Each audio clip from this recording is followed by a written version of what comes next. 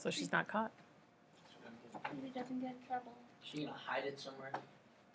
I don't know. We'll have to find out. Okay. Chapter 10. The pattern in my neighborhood has shifted this evening. Something is wrong. People wait at the air train stop with faces closed, not talking to each other. They climb on without the usual greetings to those of us climbing off. A small white air car, an official vehicle, sits sidled up to a blue-shuttered house on our street. My house. Hurrying down the metal stairs from the air train stop, I look for more shifts in the pattern as I walk. The sidewalks tell me nothing. They are clean and white, as always. The houses near mine, shut tight, tell me a little more. If this is a storm, it will be waited out behind closed doors. The air car's landing gear is delicately splayed out, resting on the grass. Behind the plain white curtains in the window, I see figures move. I hurry up the steps and hesitate at the door. Should I knock? She's at her own house, right? And she's at the front door and she's wondering if she should knock to go inside her own house. I tell myself to stay calm, stay clear. For some reason, I picture the blue of Kai's eyes and I can think better, realizing that reading the situation correctly is part of getting through it safely. This could be anything. They could be checking the food distribution system, house to house. That happened once in a bureau near here. I heard about it. This might have nothing to do with me. Are they telling my parents about Kai's face on the microcard? Do they know what grandfather gave me? I haven't had a chance to destroy the poems yet. The paper is still in my pocket. Did someone besides Kai see me reading it in the woods? Was it the officer's shoe that snapped the stick? This might have everything to do with me.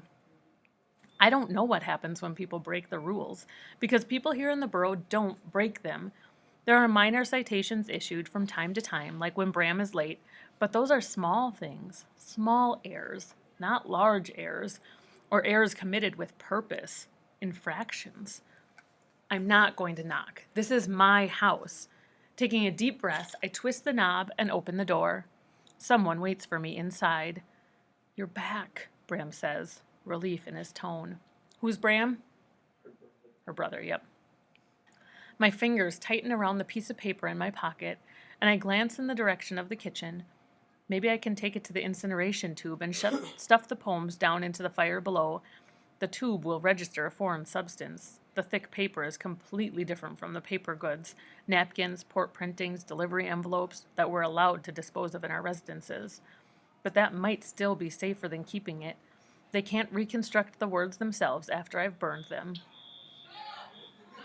I catch a glimpse of a biomedical official in a long white lab coat moving through the hall into the kitchen. I let go of the poems, take my hand out of my pocket, empty. What's wrong? I ask Bram.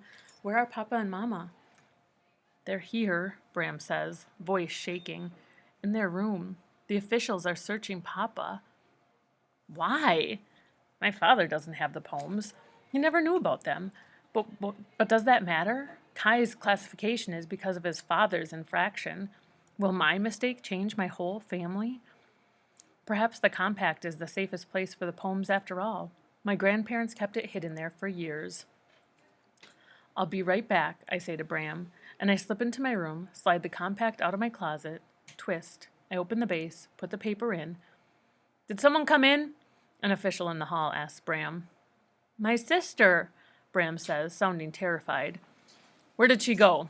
Twist again. The compact doesn't close right. A corner of the paper sticks out. She's in her room, changing clothes. She got all dirty from hiking. Bram's voice sounds steadier now. He's covering for me, without even knowing why, and he's doing a good job of it too. I hear footsteps in the hall and I open the compact back up, slide the corner in, I twist. A muted snap takes place. At last. With one hand I unzip my plainclothes, with the other I put the compact back on the shelf. I turn my head as the door opens, surprise and outrage on my face. I'm changing, I exclaim. The official nods at me, seeing the smudge of dirt on my clothes. Please come into the foyer when you're finished, he says, quickly. My hands sweat a little as I pull off the clothes that smell of forest and put them in the laundry receptacle. Then, in my other plain clothes, stripped of everything that might look or smell like poetry, I leave my room. Papa never turned in grandfather's tissue sample, Bram says in a whisper once I come back into the foyer. He lost it. That's why they're here. For a moment, curiosity overrides his panic. Why'd you have to change your clothes so fast? You weren't that dirty. I was dirty, I whisper back. Shh, listen. I hear murmurs of voices in my parents' room, and then my mother's voice raised, and I can't believe what Bram told me. My father lost grandfather's sample? Sorrow cuts through the fear inside me. This is bad. This is very bad that my father has made such an enormous mistake, but not only because it might mean trouble for him and for us, because it means that grandfather is really gone. They can't bring him back without the sample. Suddenly, I hope the officials find something in our house after all. Wait here, I tell Bram, and I go into the kitchen. A biomedical official stands near the waste receptacle, waving a device up and down, back and forth, over and over. He takes a step and begins the motions again in a new spot in the kitchen. I see the words printed along the side of the object he holds. Biological detection instrument. I relax slightly. Of course, they have something to detect the barcode engraved on the tube grandfather used. They don't need to tear the house apart. Perhaps they won't find the paper after all, and perhaps they will find the sample. How could Papa lose something so important? How could he lose his own father? Do you remember what the sample was for? Bring him back. Bring him back, right? So if the sample's gone, there goes that hope of ever having him back again, right? In spite of my instructions, Bram follows me into the kitchen. He touches my arm and we turn back toward the hallway. Mama's still arguing in there, he says, gesturing to our parents' room. I grab Bram's hand and hold it tight. The officials don't need to search my father. They have the detection instruments to tell them where to look. But I guess they have to make their point. My father should have been more careful with something so important. Are they searching Mama too? I ask Bram. Are we all going to share in my father's humiliation? I don't think so, Bram says. She just wanted to be in there with Papa. The bedroom door opens, and Bram and I jump back out of the way of the officials. Their white lab coats make them seem tall and pure. One of them can tell that we are frightened, and he gives us a small smile intended to reassure. It doesn't work. He can't give back the lost sample or my father's dignity. The damage is done. My father walks behind the officials, pale and unhappy. In contrast, my mother looks flushed and angry. She follows my father and the officials into the front room, and Bram and I stand in the doorway to watch what happens. They didn't find the sample. My heart sinks. My father stands in the middle of the room while the biomedical team berates him. How could you do this? He shakes his head. I don't know. It's inexcusable. His words sound flat, as if he has repeated them so many times that he has given up any hope of the officials believing him. He stands up straight, the way he always does, but his face looks tired and old. You recognize that there is no way to bring him back now, they say. My father nods, his face full of misery. Even though I am angry with him for losing the sample, I can tell that he feels awful. Of course he does. This is grandfather. In spite of my anger, I wish I could take Papa's hand, but there are too many officials around him. And I am full of hypocrisy. I did something against the rules today, too. And what I did was intentional. So she says she's full of hypocrisy. What does that mean? Have you heard the word hypocrite? Yeah. What's it mean to be a hypocrite? Like to say that you don't like something, but then you do it. Yeah, like if you tell somebody don't do that, but then you go do that, Yeah. you're being a hypocrite. So she's saying that she is full of hypocrisy. So she's a hypocrite because she's mad at her dad for breaking the rules, and yet she broke a rule today. This may result in some sanctions for you at work, one of the officials says to my father. In a tone so mean, I wonder if she will get cited herself. No one is supposed to speak this way. Even when an error occurs, things aren't supposed to get personal. How can they expect you to handle the restoration and disposal of artifacts if you can't keep track of one tissue sample, especially knowing how important it was? One of the other officials says quietly, You ruined the sample belonging to your own father, and then you didn't report the loss. My father passes his hand over his eyes. I was afraid, he says. He knows the seriousness of the situation. He doesn't need them to tell him. Cremation occurs within hours of death. There's no way to get another sample. It's gone. He's gone. Grandfather is really gone.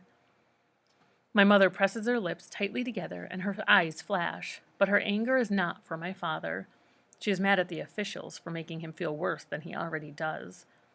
Even though there's nothing to say, the officials do not leave. A few moments of cold silence pass during which no one says anything, and we all think about how nothing can save grandfather now. A chime sounds in the kitchen. Our dinner has arrived. My mother walks out of the room. I hear the sounds of her taking the food delivery and placing it on the table. When she walks back into the room, her shoes making stabbing, serious sounds on the wood floor, she means business. It's mealtime, she says, looking at the officials. I'm afraid they haven't sent any extra portions. The officials bristle a little. Is she trying to dismiss them? It's hard to tell. Her face seems open, her tone regretful but firm. And she's so lovely. Blonde hair winding down her back, flushed cheeks. None of that is supposed to matter, but somehow it does.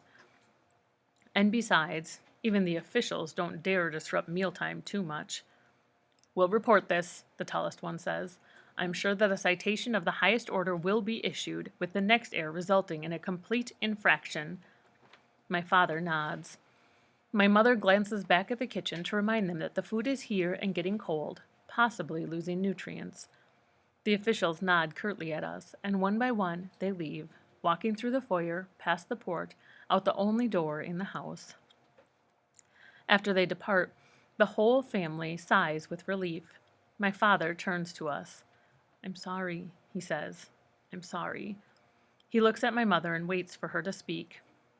Don't worry about it, she says bravely. She knows that my father now has a mistake logged against him in the permanent database. She knows that this means grandfather is gone. But she loves my father. She loves him too much, I sometimes think. I think it now, because if she isn't angry with him, how can I be?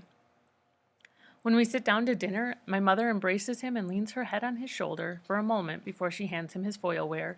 He reaches up to touch her hair, her cheek. Watching them, I think to myself that someday something like this might happen to me and Xander. Our lives will be so intertwined that what one of us does will affect the other down to the ends. Like the tree my mother transplanted once at the Arboretum. She showed it to me when I came out to visit her. It was a little thing, a baby tree. But still it tangled with things around it and required care to move. And when she finally pulled it out, its roots still clung to the earth from its old home. Did Kai do that when he came here? Did he bring anything with him? It would have been difficult. They would have searched him so carefully. He had to adapt so quickly. Still, I don't see how he couldn't bring something. Secret, maybe. Inside, intangible. Something to nourish him. Something of home.